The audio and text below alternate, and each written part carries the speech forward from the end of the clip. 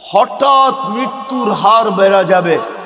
এখন সারা দুনিয়া দেখলে দেখা যায় প্রতিদিন 75% মানুষ, 3 থেকে 4 লক্ষ মানুষের ভিতর থেকে 75% মানুষ হঠাৎ মৃত্যু হয়। হঠাৎ, এটা কিয়ামতের নিদর্শন। কখন আমরা মারা যাব জানি না। তো আমাদেরকে আল্লাহ বেশি বয়স দেন না এই জন্য যে আল্লাহ চান না আমরা বেশি পরিশ্রম করি, এই জন্য বয়স কমায় দিছেন। আমার মনে হয় আরো কম দিতে চাইছেন,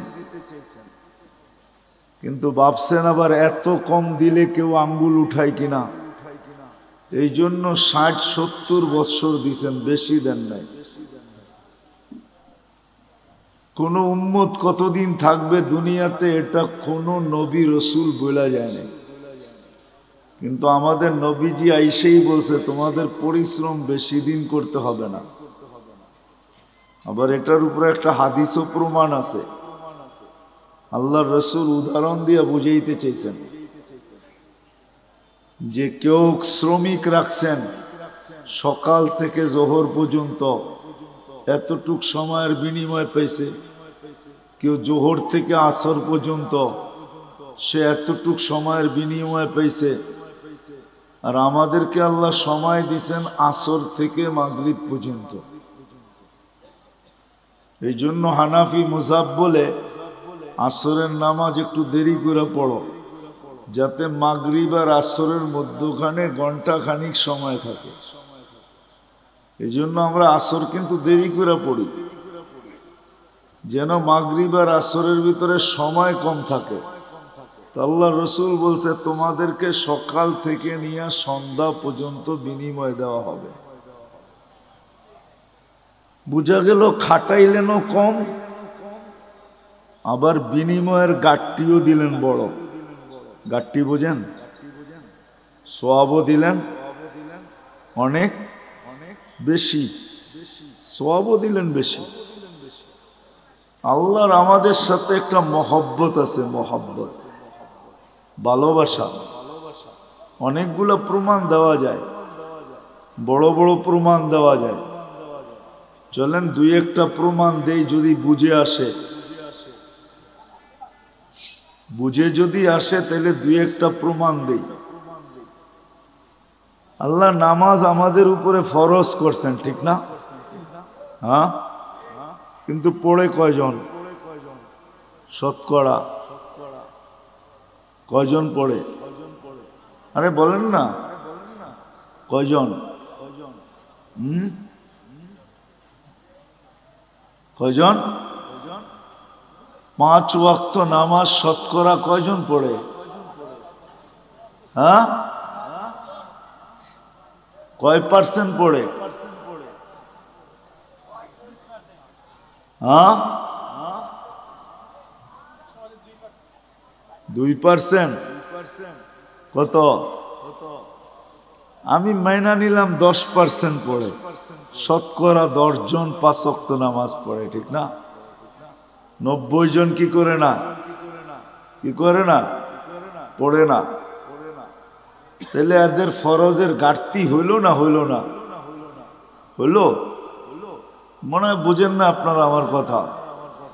ঘাটতি হইল না হইল না? হ্যাঁ, কিন্তু আল্লাহ কতটুকু ভালোবাসে, আল্লাহ আমাদের ফরজের ঘাটতি থাকতে দিতে চান না। এই জন্য আল্লাহ সিস্টেম করছে, রমজানে 70 গুণ ফরজরে বাড়ায় দিছে। এটা কিন্তু ভালোবাসার বিনিময়। আল্লাহ চান না ফরজের ঘাটতি থাকুক, অথচ শতকরা 90 জন পড়ে না। আল্লাহ বলে তোমাদের ফরজের ঘাটতি আমি থাকতে দিতে চাই না, কেননা তোমাদেরকে ভালোবাসি। তোমাদের ফরজের ঘাটতি থাকলে, ভালোবাসার ঘাটতি থাকা, দুইটা একসাথে কখনো একসাথে মিলিত হইতে পারে না। এটা শোভা পায় না যে তোমাদের ফরজের ঘাটতি থাকুক। তো আল্লাহ বলে সারা বৎসর ঘাটতি হোক, তাতে কিছু আসে যায় না। রমজানে 70 গুণ বাড়ায়া দিলাম ফরজ, এক রমজান পড়লে সারা বৎসরের ঘাটতি পুরা হওয়ার পরেও বিরাট বড় একটা ঘাটতি তোমাদের কাছে থেকে যাবে। মনে হয় বুঝাইতে পারি না। আল্লাহ ভালোবাসেন, এই জন্য আল্লাহ আমাদেরকে ভালোবাসেন। কয়জন শতকরা কোরআন শরীফ পড়তে পারে? শতকরা কয়জন পারে জানেন? এই মজমায় যত লোক আছে মাদ্রাসার ছাত্র ছাড়া কয়জন আমরা কোরআন পড়তে পারি? বেশিরভাগই পারি না, ঠিক না? হ্যাঁ, বুঝা গেল শতকরা 90 জনই কোরআন পড়তে পারে না। চলেন 90 জন না হোক, শতকরা 60 জন তো কোরআন পড়তে পারে না, এটা সত্য, ঠিক না? হ্যাঁ, যে কোরআন পড়তে পারে না সে কি কোরআন খতমের সওয়াব পাইতে পারে? হ্যাঁ, যে কোরআন পড়তে পারে না সে তো কোরআন খতমের সওয়াব পাওয়াটা সম্ভব না, কেন কোরআনই তো পড়তে পারে না, খতমের সওয়াব কোত্থেকে পাবে? কিন্তু আল্লাহ আমাদেরকে ভালোবাসেন, এই জন্য আল্লাহ বলে কোরআন তোমাদেরকে দিলাম, পড়তে পারো আর না পারো, খতমের সওয়াবের থেকে তুমি বঞ্চিত হও, এটা আমি আল্লাহ চাই না। আর এটা ভালোবাসা, এটা বুঝায়ও না যে তুমি খতমের সওয়াবের থেকে বঞ্চিত হবে। বিদায় আল্লাহ সূরা ইখলাস দিছেন যে একবার পড়বা 10 পারা, 2 বার পড়বা 20 পারা, 3 বার পড়বা, খতমের সওয়াব মিললো না? মিললো না? হ্যাঁ, মিলছে? সত্য তো? হ্যাঁ, পাক্কা? হ্যাঁ, এটা আল্লাহ ভালোবাসেন, এই জন্য আল্লাহ সূরা ইখলাস দিছেন। ইখলাস দিছেন, সূরা ইখলাস দিছেন।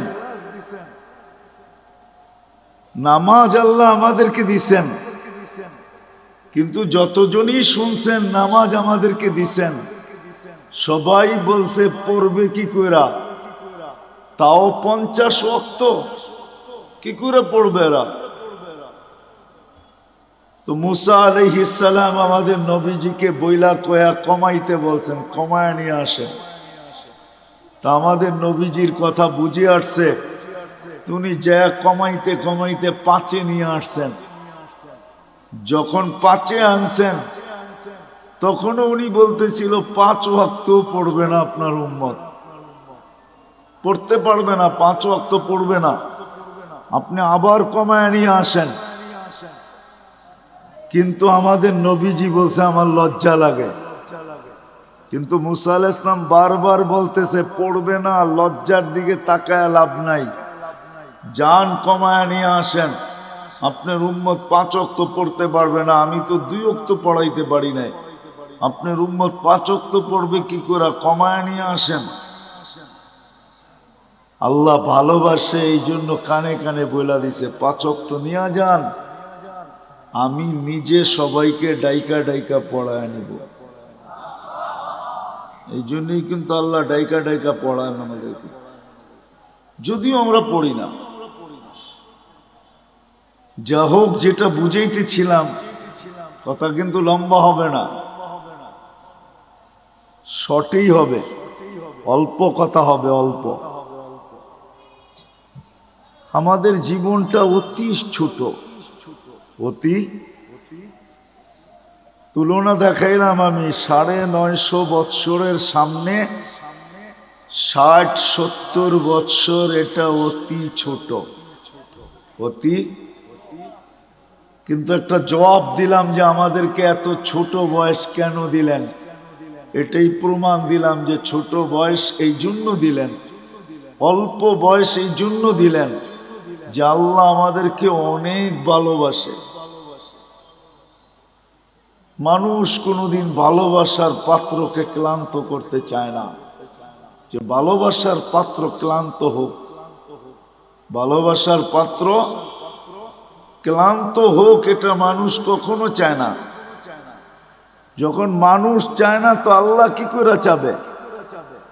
এই জন্য আল্লাহ আমাদের বয়স কমায়া দিছেন। আমাদের বয়স, ভালোবাসার লিস্টিটা যদি দেখি না যে আল্লাহ আমাদেরকে কতটুকু ভালোবাসে, কিতাবে পাই নাই, কিন্তু আমার মন বলে, মানুষের একটা মনও তো আছে না, আমার মন বলে আল্লাহ আমাদেরকে আরো কম দিতে চেয়েছিলেন মনে হয়, যে আমরা খালি দুনিয়াতে পা রাখবো আর উঠা চলে যায় সিধা জান্নাতে ঢুকবো। 60-70 বৎসরও আমাদেরকে বেশি দিয়া দিয়েছেন। এই জন্যই কিন্তু আমাদের নবীজি আমাদেরকে বুঝাইতে চেষ্টা করছেন, বারবার বলছেন তোমাদের বয়স কম কম কম কম কম। আমার উম্মতি বাইনা 60 ও 70, 60-70 বৎসর আমাদের বয়স।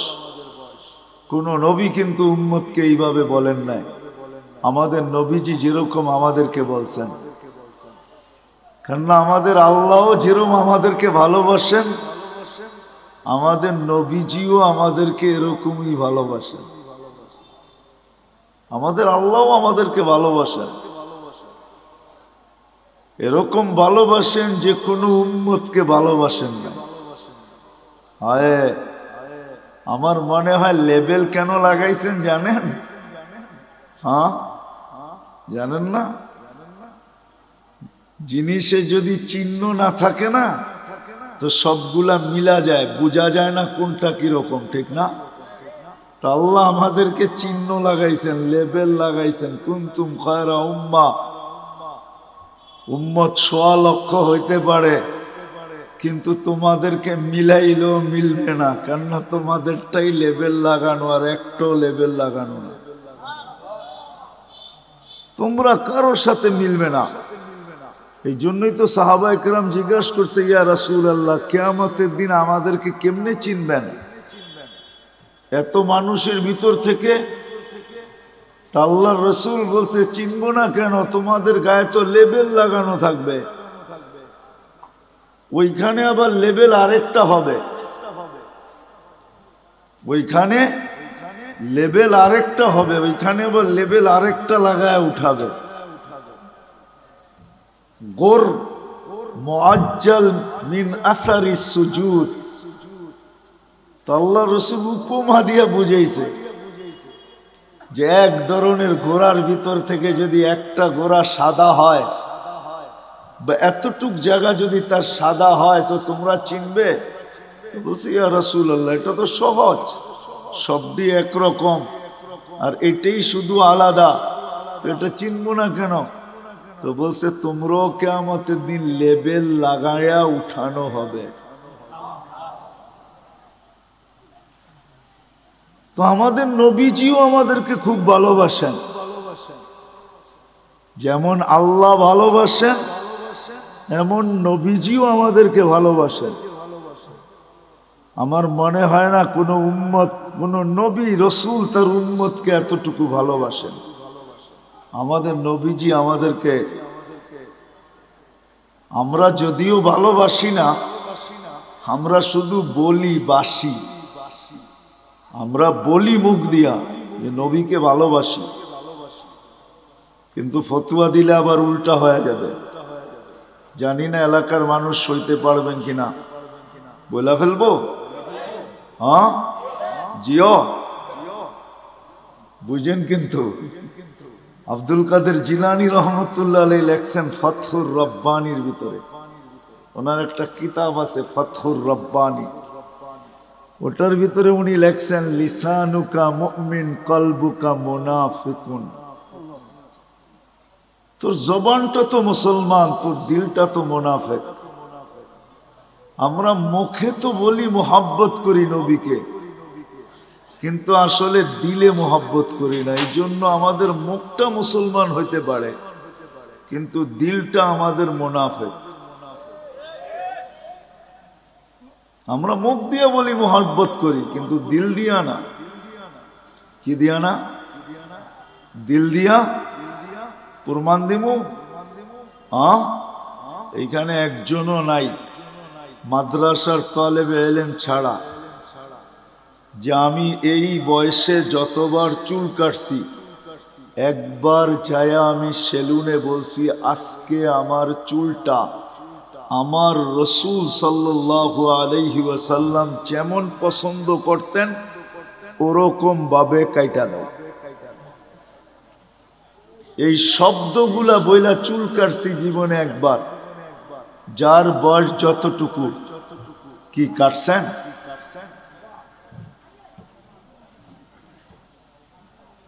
কয়জন কাটছি?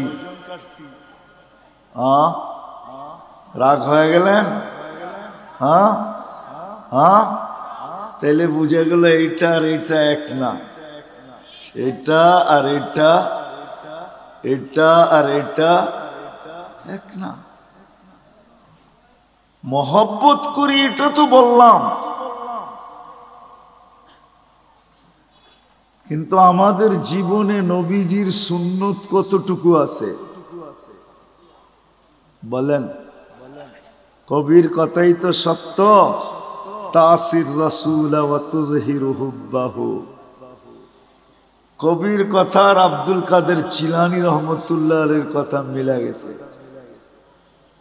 তাসির রাসূল ওয়া তুযহিরু হুব্বাহু, রাসূলের মহব্বত করো এটা তো বলো, কিন্তু সর্বক্ষেত্রে নবীর বিরোধিতা করো, সুন্নতকে মানো না।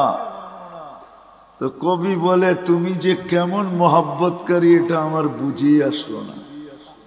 যেটা আবার কেমন মহব্বতকারী বলো তো? মহব্বত করি তো আমাদের আল্লাহ আমাদেরকে মহব্বত করেন, এই জন্য বয়স আমাদেরকে বেশি দেন নাই। কেননা মহব্বতের পাত্র বেশি ক্লান্ত হোক এটা কেউ চায় না। যার ঘরে মেয়ে নাই, শুধু ছেলে আর ছেলে, তো এক সময় স্বামী স্ত্রী দুইজন মিলা বলে মেয়ে নাই কি হয়েছে, ছেলে তো আছে, ছেলে দিয়া মেয়ে নিয়ে আসমু আর মেয়ের মতো পালমু। জিও বুঝে আসতেছে? তখন শাশুড়ি আর বউদেরকে কাজ করতে দেয় না, কেন? মহব্বত করে। আল্লাহ আমাদেরকে মহব্বত করেন, এই জন্য বয়স দিছেন কম। আমরা বেশি খাটি, এটা আল্লাহ চায় না। আমি প্রমাণ দিছি, আরো কয়েক ডজন না কয়েক শত ডজন দেওয়া যাবে। আমাদের নবীজিও আমাদেরকে মহব্বত করেন। যদি মহব্বত না করতেন তাহলে আল্লাহ বলতেন না হারিসুম বিল মুমিনিন রউফুর রহিম। এই শব্দগুলো আল্লাহ কোনোদিন বলতেন না। আমাদের নবীজিও আমাদেরকে মহব্বত করেন, যদিও আমরা নবীকে মহব্বত করি না। আমি তো একটা প্রমাণ দেখাইলাম, একজন ছাড়া আর কেউ হা বলতে পারলো না। আমরা নবীকে মহব্বত করি না, নবীজি আমাদেরকে মহব্বত করেন। নবীজি আমাদেরকে মহব্বত করেন। মনে হয় নিজের আপন জনকেও এতটুক মহব্বত করেন নাই যতটুক উম্মতকে মহব্বত করতেন, করতেছেন, করবেন। নবীজি আমাদেরকে মহব্বত করতেন, এখনো করতেছে আর করবে। অবর্ণনীয় মহব্বত উম্মতকে। চলেন একটা মোটা উদাহরণ দেই যদি বুঝে আসে, তাও হাদিস থেকে বানায় না। আমাদের দেশে কয়েকদিন আগে ইউনিয়ন পরিষদের ইলেকশন গেছে, ঠিক না? আপনাদের এখানে গেছে? ইলেকশন তো হয়, ঠিক না? না হয় নাই? সারা বাংলাদেশে গেছে, আপনাদের এখানে হয় নাই? মানি মেয়র ইলেকশন হয়েছে, ঠিক না? ইউনিয়ন পরিষদ হয় নাই। বাংলাদেশে ইউনিয়ন পরিষদের চেয়ার পাওয়ার জন্য মানুষ মরতে রাজি, মারতে রাজি। সারা বাংলাদেশে ইউনিয়ন পরিষদের ইলেকশনে বহুত লোক এবার মারা গেছে, এমনকি প্রার্থী পর্যন্ত মারা গেছে, শুধু ইউনিয়ন পরিষদের একটা চেয়ার পাওয়ার জন্য। আর আমাদের নবীজিকে যতদিন থেকে আল্লাহ নবুয়তের ঘোষণা দিছেন, অতদিন থেকেই বলতে বলতে আসতেছেন, বন্ধু আপনার জন্য একটা চেয়ারও রাখছি। ওই চেয়ারটার নাম হইল মাকামে মাহমুদ। কি? ওই চেয়ারটার উপরে আর একটা চেয়ার আছে, আর কোনো চেয়ার নাই। ওটা হলো আল্লাহর কুরসি। আর কুরসির নিচে শুধু একটাই চেয়ার আছে, ওটার নাম মাকামে মাহমুদ। আল্লাহর রসুল সাল্লাল্লাহু আলাইহি ইসলামের চেয়ারের নিচে আর কোনো চেয়ার নাই। আল্লাহ দুইটা চেয়ারই বানাইছেন, একটার নাম কুরসি, একটার নাম মাকামে মাহমুদ। কিয়ামতের দিন নিয়ে যাওয়া হবে, চেয়ারও লাগানো হবে, আল্লাহর রসুলও চেয়ারের কাছে যাবেন, আল্লাহও বলবেন ডাইন পাশে রাখা হবে আল্লাহ, আর বলবে বন্ধু বসেন, কিন্তু আল্লাহর রসুল চেয়ারে বসবেন না। প্রতি উত্তরে বলবেন আমি যদি বসি তাহলে আমি যে ভালোবাসি আমার পিপাসিত উম্মতকে যে আমি ভালোবাসি, আমার এই পিপাসিত ভালোবাসার পিপাসিত উম্মতকে কে পানি পান করাবে? বিদায় আমি বসবো না। আমি তো হাউজে কাউসারে যাব, নিজের হাতে উম্মতকে পানি পান করাবো, আর উম্মতকে বলে দিব লা তাজমান বাদাহা আবাদা, আর কোনোদিন তুমি পিপাসিত হবে না। শুধু পানি পান করাবে, এখানেই শেষ না। আরেকটা দেখাইতেছি ভালোবাসা। নাইলে চেয়ারে না বসা মানুষ চেয়ার পাওয়ার জন্য মরতে রাজি, মারতে রাজি। আর নবীজির জন্য চেয়ার রাখা আছে আল্লাহর পাশে। হায় হায়, বলবে আমি মিজানের কাছে যাব, আর যা নিজের চোখে দেখবো উম্মতের পাল্লা সামনে ঝুঁকে না পিছে ঝুঁকে। শুধু দেখবো না, আপনি যে আমাকে প্রতিশ্রুতি দিছেন ওইগুলা ওই পাল্লার কাছে দাঁড়াইয়া আমি প্রতিশ্রুতিগুলা বাস্তবায়ন করব। আপনি আমাকে প্রতিশ্রুতি দিছেন, আমি চাইলেই নাকি দিবেন। তো পাল্লা যখন সামনে ঝুঁকবে না, তো আমি চাবো, উম্মতের জন্য চাওয়ার হাত আপনার সামনে উঠায়া দিব। আপনি প্রতিশ্রুতি দিছেন সুপারিশ করলে কবুল করবেন। আপনি প্রতিশ্রুতি দিছেন সাউফা ইউতিকা রাব্বুকা ফাতারদা, আমাকে রাজি করে ছাড়বেন। উম্মতের পাল্লা সামনে না ঝুঁকলে আমি রাজি হব না, না না না না। আপনি প্রতিশ্রুতি দিছেন লা ইউখজিকা ফি উম্মতি, উম্মতের ব্যাপারে আমাকে লজ্জিত করবেন না। কিন্তু যদি পাল্লা সামনে না ঝোঁকে, তো ফেরেশতা তো ঘোষণা দিয়া দিবে অমুকের উম্মত নাম এটা, বাবার নাম এটা, চিরদিনের জন্য অসফলতার চেহারা দেখা ফেলছে। তো আমার মুখটা থাকবে তো থাকবে কোথায়? ওই সময় আপনার কাছে আমি বলবো পাল্লা যদি না ঢোকে তাইলে তো আমার চেহারা মলিন হয়ে যাবে। আপনি তো ওয়াদা করছেন আমার চেহারাকে মলিন হতে দিবেন না। তো আমি পুলসিরাতের মিজানের ওইখানে ছুটবো, আমি চেয়ারে বসবো না। ওইখানেই শেষ না, বলবে আবার পুলসিরাতে দৌড়াইতে থাকবো। ওইখানে যে দেখবো পার হতে পারলো কি পারলো না। তো আমি যদি পার হতে না পারে, তো আমি দুরুদের গাঠি মাথায় দিয়া পার করায় দিব। চেয়ার আমার মাইনা নিলাম, কিন্তু আমি বসবো না, না না না। এটা হলো ভালোবাসার ফল। ওই দিন, যেই দিন সমস্ত নবী রসুল নফসি নফসি বলতে থাকবে, কোন নবী নিজের মাকেও চাবে না। কিতাবে পাওয়া যায় মুসা আলাইহিস সালাম তো বলেই ফেলবে লা আসআলুকা উম্মি ওয়ালা আসআলুকা উখতি, আজকে মাকেও চাই না, বোনকেও চাই না। আসআলুকা নাফসি, আপনি আমাকে বাঁচায়া দেন। কেমন ভালোবাসাটা আমাদেরকে বাঁচতেন। বিদায় আবার শুরুতে চলে যেতেছি। আমাদের জীবনটা অতি কি মনে আছে? অতি ছোট। আর ছোট এই জন্য যে আমরা আল্লাহর ভালোবাসার পাত্র। বিদায় আল্লাহ বেশি পরিশ্রম আমাদের দ্বারা চান না। শুধু আল্লাহর ভালোবাসার পাত্র না, আমরা নবীজিরও ভালোবাসার পাত্র। আমাদের নবীজি উম্মতকে বড় ভালোবাসতেন, সত্য এটাই। কিন্তু এটাও বলছি আমি, আফসোসের বিষয়, উম্মত শুধু মুখে ভালোবাসে, মনে ভালোবাসে। শুধু মুখে কি করে? নবীকে মুখে ভালোবাসে, মনে ভালোবাসি না। মনে আমরা ভালোবাসি না। মনে যদি ভালোবাসতাম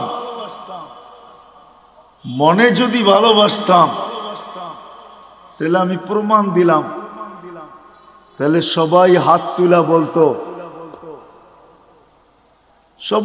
তুলা বলতো, নবীর আদর্শের থেকে দূরে কেউ সরতো না।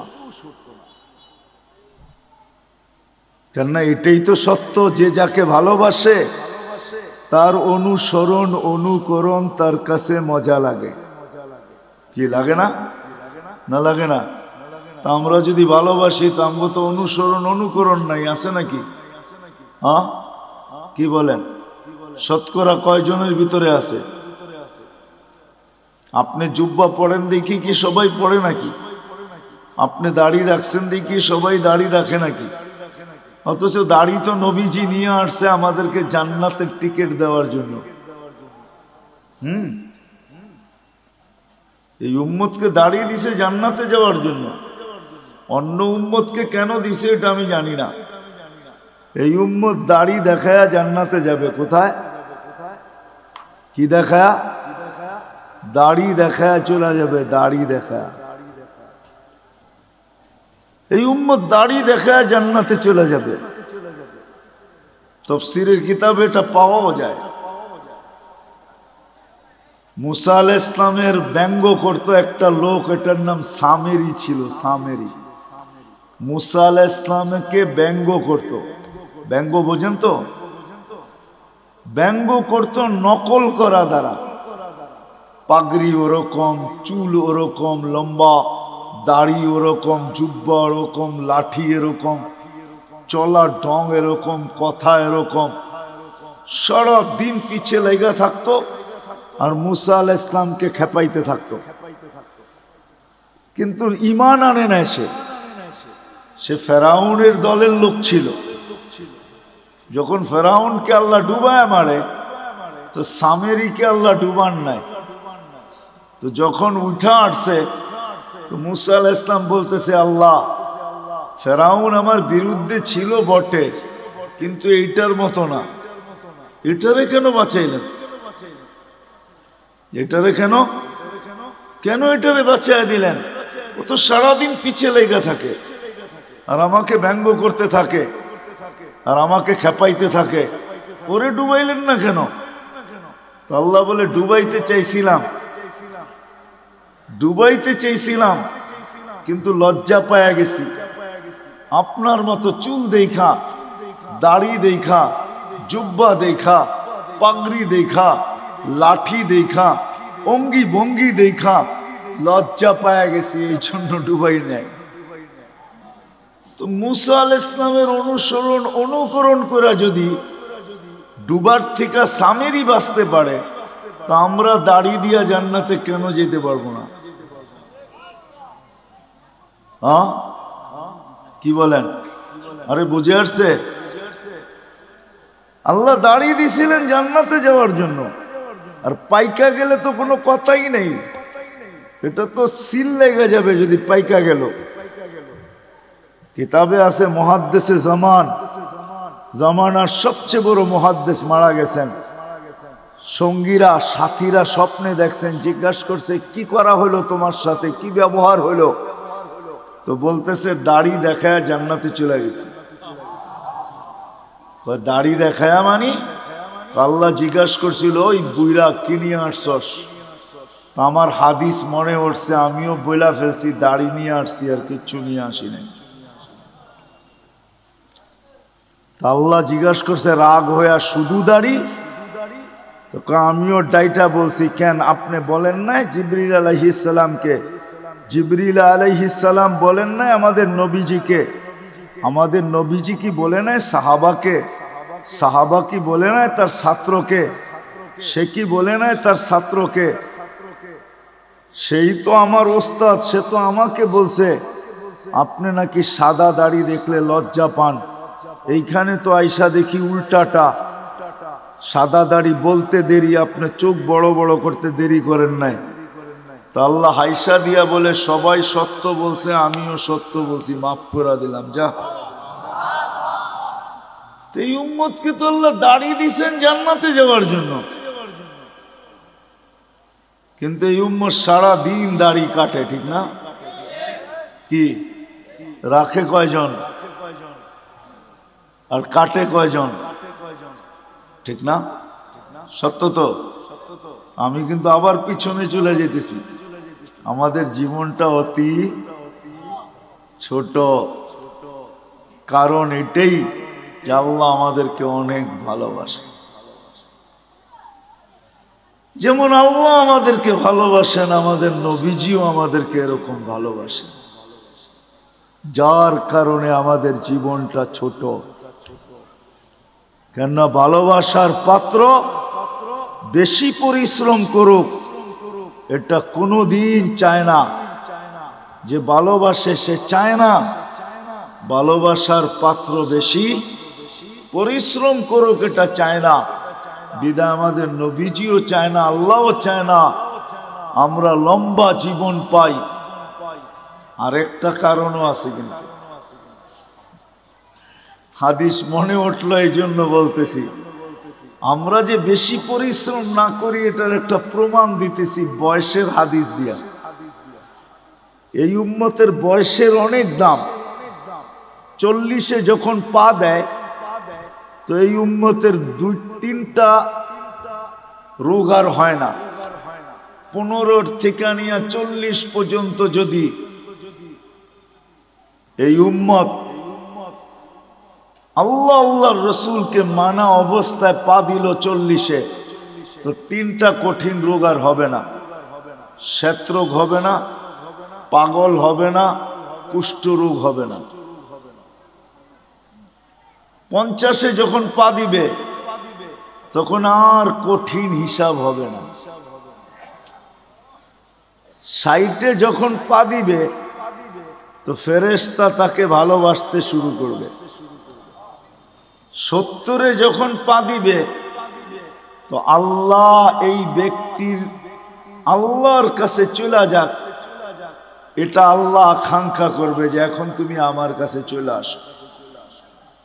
80-তে যখন পা দিবে, ভালোবাসা দেখাইতেছি কিন্তু ভালোবাসা, 80-তে যখন পা দিবে তা আল্লাহ বলবে গুনাহ লেখো না, কেননা 70-এর উপরে পার হয়ে গেছে, তো ভালোবাসা আটটু বেড়ে গেছে, ঠিক না? আরে হইল নাকি? গুনাহ লেখো না, গুনাহ লেখা হয় না।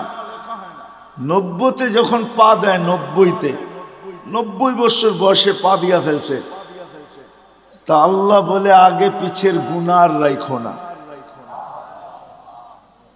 এটা কি ভালোবাসার ভালোবাসার প্রমাণ যে আল্লাহ কত ভালোবাসে।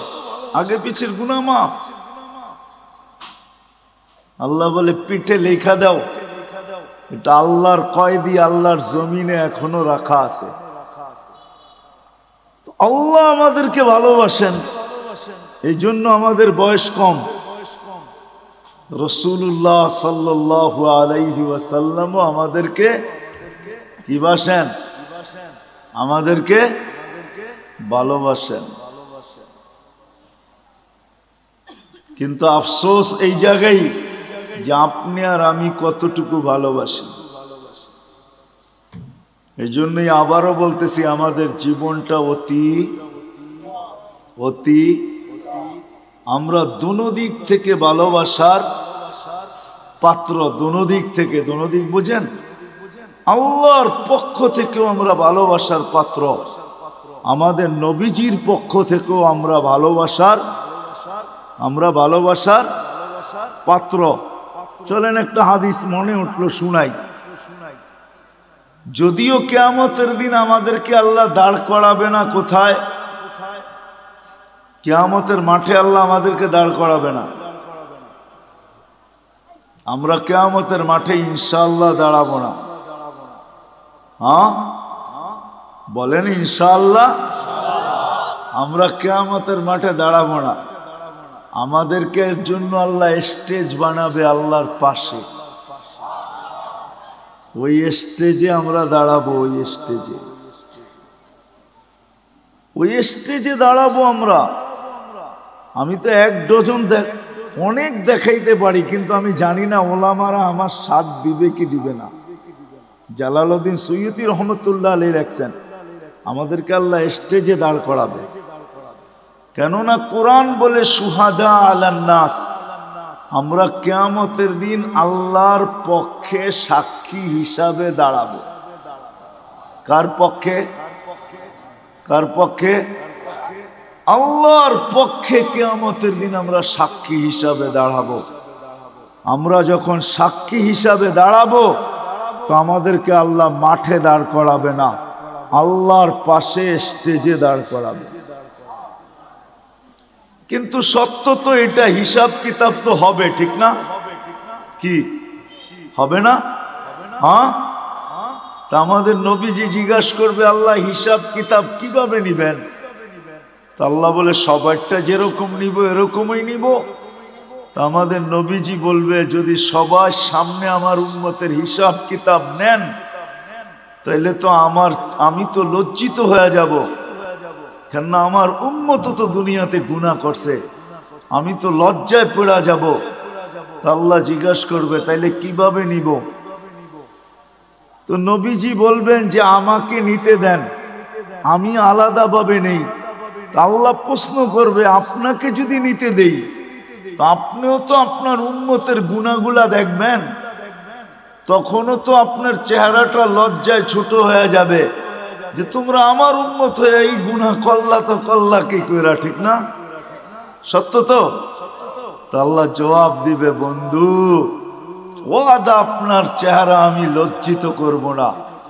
বিদায় আপনার উম্মতের হিসাব কিতাব নিব আমি বটে, কারো সামনে না, আপনার সামনেও না, আমি পর্দার ভিতরে নিয়ে নিব। আপনাকেও জানতে দিব না, কাউকে জানতে দিব না। বিদায় আমি শেষ জায়গায় চলে আসছি। জীবনটা আমাদের অতি আমরা দুনো দিক দিয়ে ভালোবাসার পাত্র। আমি কি বুঝাইতে পারলাম? দুনো দিক দিয়ে আমরা ভালোবাসার পাত্র। বিদায় আমাদের এই ছোট জীবনটাকে সুরক্ষিত করতে হবে, এটাই আল্লাহর দাবি। তুমি তোমার ছোট জীবনটাকে সুরক্ষিত করো, হেফাজত করো, সুরক্ষিত করো। তোমাদের কাছে এটা দাবি, সুরক্ষিত করো তোমরা তোমাদের জীবনটাকে। কেননা সুরক্ষিত করা, হেফাজত করা আমাদের প্রত্যেক নর নারী, যুবক বৃদ্ধ সবার কাছে আল্লাহর দাবি হলো। বাচ্চার কথা ভিন্ন, পাগলের কথা ভিন্ন, বাকি সবার কাছে আল্লাহর দাবি হলো এই ছোট জীবনটাকে সুরক্ষিত করো, যেটাকে হেফাজত বলে। যে জীবনটাকে সুরক্ষিত করবে, যে জীবনটাকে সুরক্ষিত করবে, যে জীবনটাকে সুরক্ষিত করবে, যে জীবনটাকে সুরক্ষিত করবে, হেফাজত করবে যে জীবনটাকে, কসম খোদার, আল্লাহ যে আমাদেরকে ভালোবাসেন, আল্লাহর রসুল যে আমাদেরকে ভালোবাসেন, যে সুরক্ষিত করবে সে যেন এই ভালোবাসার মূল্য দিল, মূল্য শুধু নিজের মূল্য অর্জন করলো না, সে যেন এই দুজনের ভালোবাসার মূল্য দিল যে আল্লাহ আপনি যে আমাকে ভালোবাসেন এই জন্য আমি আমার জীবনটাকে সুরক্ষিত করলাম। রাসূলুল্লাহ সাল্লাল্লাহু আলাইহি ওয়াসাল্লাম যে আমাদেরকে ভালোবাসেন, দুজনেরই দাবি আমাদের কাছে যে এই জীবনটাকে সুরক্ষিত করো। সত্য এটাই যে সুরক্ষিত করা যাবে, আল্লাহ আল্লাহর রাসূলের ভালোবাসার যেরকম মূল্য হবে এরকম যে সুরক্ষিত করা যাবে সেও আল্লাহ আল্লাহর রাসূলের কাছে বড় মূল্যের পাত্র হবে, বড় মূল্যায়নের পাত্র হবে, বড় মূল্যায়নের পাত্র। নাইলে আল্লাহর রাসূল এই কথা কোনোদিন বলতেন না, কেমন মূল্যায়নের পাত্র, হায় কেমন মূল্যায়নের পাত্র। একটা হাদিসের দিকে তাকাইলে বোঝা যায় আল্লাহর রাসূল বলছেন তোমরা কেমন মূল্যায়নের পাত্র হবে একটু শুনো। ইয়াস্তাকবিলুনি উম্মতি রব্বি, জান্নাতের গেটে আল্লাহ সর্বপ্রথম তোমাদেরকে স্বাগত জানাবে। জান্নাতীরা আল্লাহকে দেখবে বটে, দেখবে, কিন্তু আমাদের মতো সর্বপ্রথম দেখবে না। আমরা তো জান্নাতে ঢুকার আগে আমরা আল্লাহকে দেখব, আল্লাহ আমাদের ইস্তেকবাল করবে। তাইলে একটু ভাবেন কেমন মূল্যায়ন, যে আল্লাহ গেটে আমাদেরকে স্বাগত জানাবে।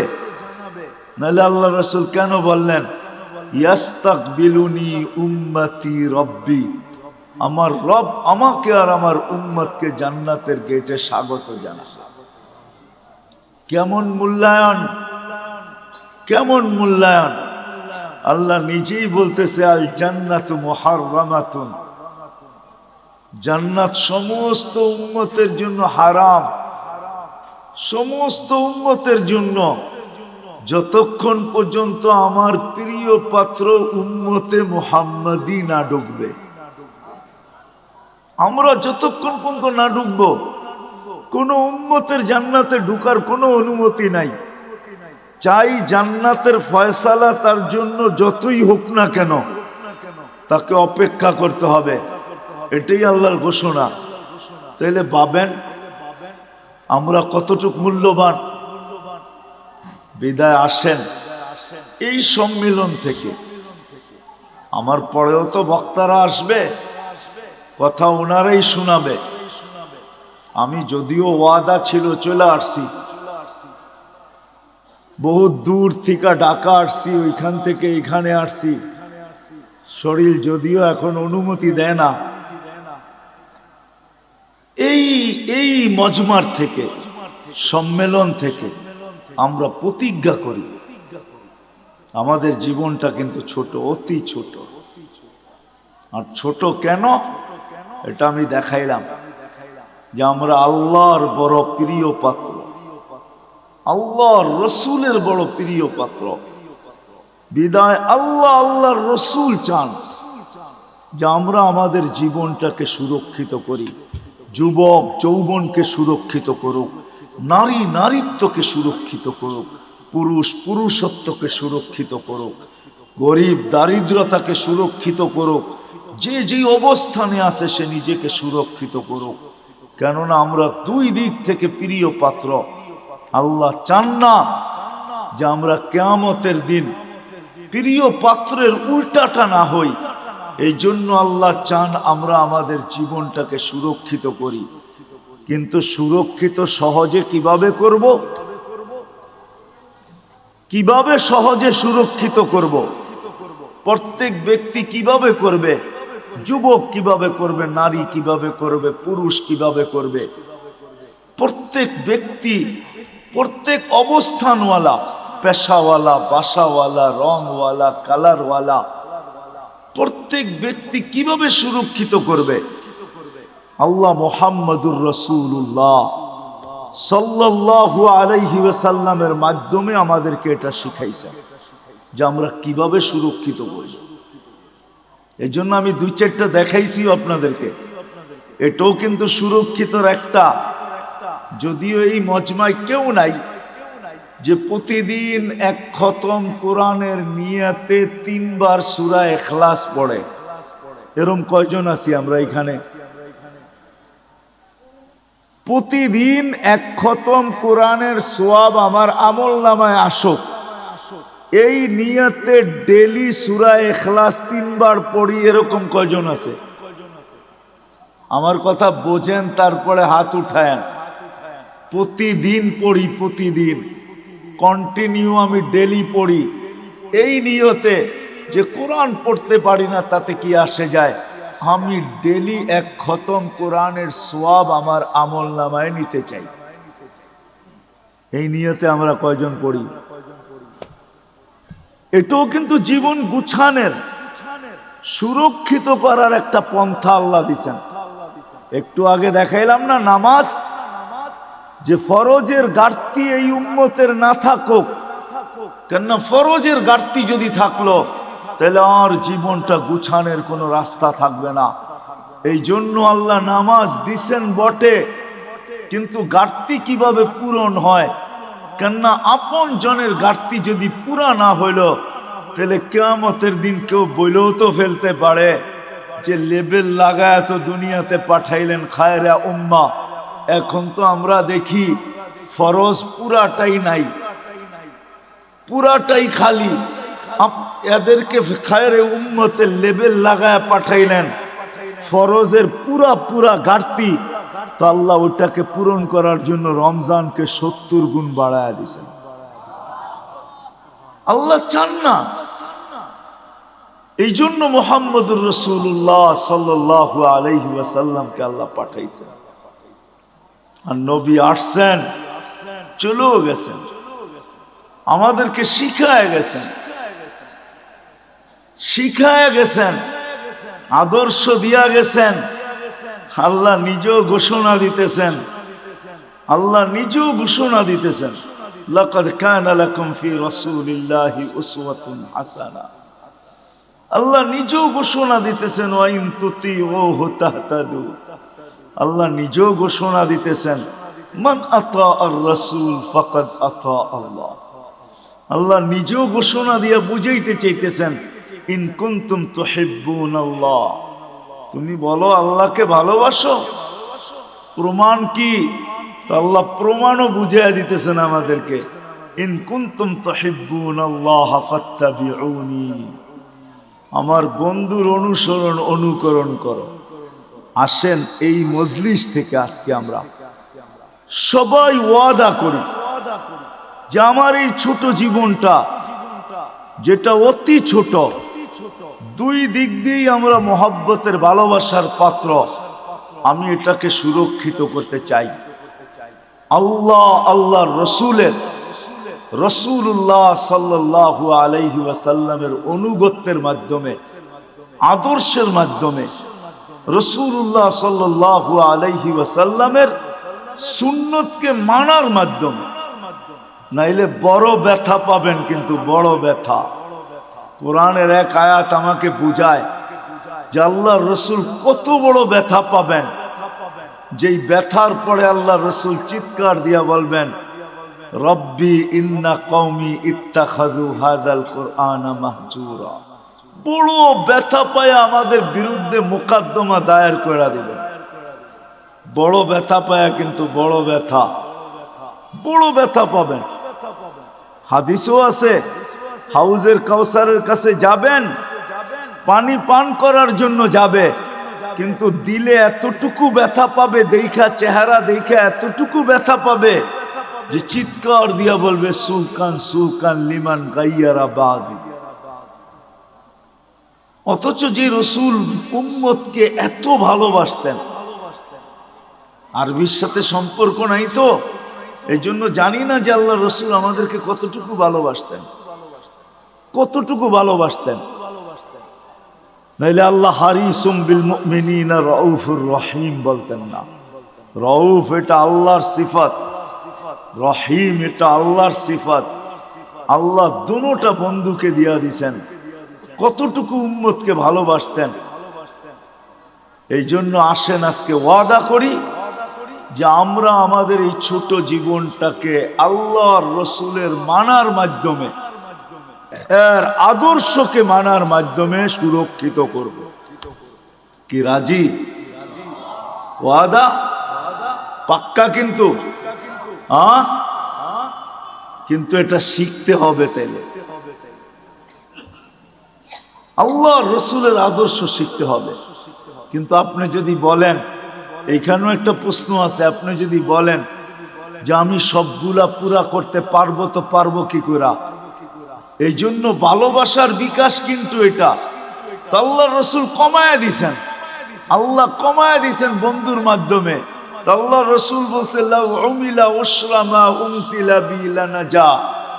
তোমরা যদি 100 ভাগের 10 ভাগও করে দেখাইতে পারো, তো আল্লাহ তোমাদেরকে 1-এ 10, 10-এ 100, 100 নাম্বার দিয়ে তোমাদেরকে পাশ করায় দিবে। আরো নিচে নেমে আসছেন, বলছে শোনো শোনো শোনো শোনো, যদি ঈমান তোমাদের ভিতরে থাকলো, ঈমান যদি নিখুঁত হইল, 100 ভাগের 10 ভাগও যদি না পারলে, একটা সুন্নত ধরেও যদি ঝুলতে ঝুলতে কবরে চলে আসলে, মান তামাসসাকা সুন্নতি ইনদা ফাসাদি উম্মতি, যেই সময় চতুর্দিকে ফিতনার ফাসাদ চলতে থাকবে, যেই দিকে সর্বশ্রেষ্ঠ মানুষ, কেমন ফিতনা আপনি ভাবেন, কেমন ফিতনা? একটা উদাহরণ, কারো বিরোধিতার জন্য না, উদাহরণ। যেই মানুষটাকে আল্লাহ সৃষ্টির ভিতরে সবচেয়ে সেরা বলতেছে, কেমন গুটগুটে ফিতনা, ওই মানুষটা নিজেকে সৃষ্টির ভিতরে নিকৃষ্টতম। আমাদের প্রবাদ বাক্যে সবচেয়ে দুষ্ট মানুষরে কি বলে? বানর বলে, বানর, বান্দর, ঠিক না? সবচেয়ে দুষ্টটারে কি বলে? হ্যাঁ, তাহলে কেমন বড় ফিতনা, কেমন গুটগুটে ফিতনা। যে মানুষটাকে আল্লাহ সৃষ্টি সেরা বলেও ঘোষণা দিলেন, কেমন ফিতনার শিকার, যে ওই মানুষটা নিজেকে সৃষ্টির ভিতরে সবচেয়ে যেটা দুষ্ট, বানর, নিজেকে বানর বলতে এখন রাজি হইতেছে, আমি বানর। মানে বুঝাইতে পারি না? হ্যাঁ, আল্লাহর রসুল বলতেছে এরকম ফিতনার সময় যে একটা সুন্নতকে ধরা ঈমানের সাথে কবরে আসবে, আল্লাহ তাকে 100 শহীদের মালা পড়ায়া স্বাগত জানাবে। তাহলে আসেন আজকে ওয়াদা করি, শুধু মুখে মুখে ভালোবাসা বললে হবে না, ঠিক না? তাইলে ওই প্রবাদ বাক্যই সত্য হবে, মোহ মে শেখ ফরিদ ভূগোল মে, মানে আপনাদের সিলেটে এই প্রবাদ বাক্য নাই, ঠিক না? মোহ মে শেখ ফরিদ ভূগোল মে কি, মুখে তো শেখ ফরিদ বলে ভূগোলের মধ্যে ইট রাইখা। একটা প্রবাদ বাক্য আছে, মোহ মে শেখ ফরিদ ভূগোল মে ইট। এরকম যেন না হয় যে মুখে তো বলি নবীকে মহব্বত করি, কিন্তু বাস্তবে প্রদর্শন করি না। তাইলে আমারও এরকমই হবে যে আমি মুখে তো শেখ ফরিদ বলি, কিন্তু বগলে ইট নিয়ে দাঁড়ায় আসি, পাইতে দেরি মাথায় মারতে দেরি করব না। আমাদের দশা এরকমই হবে।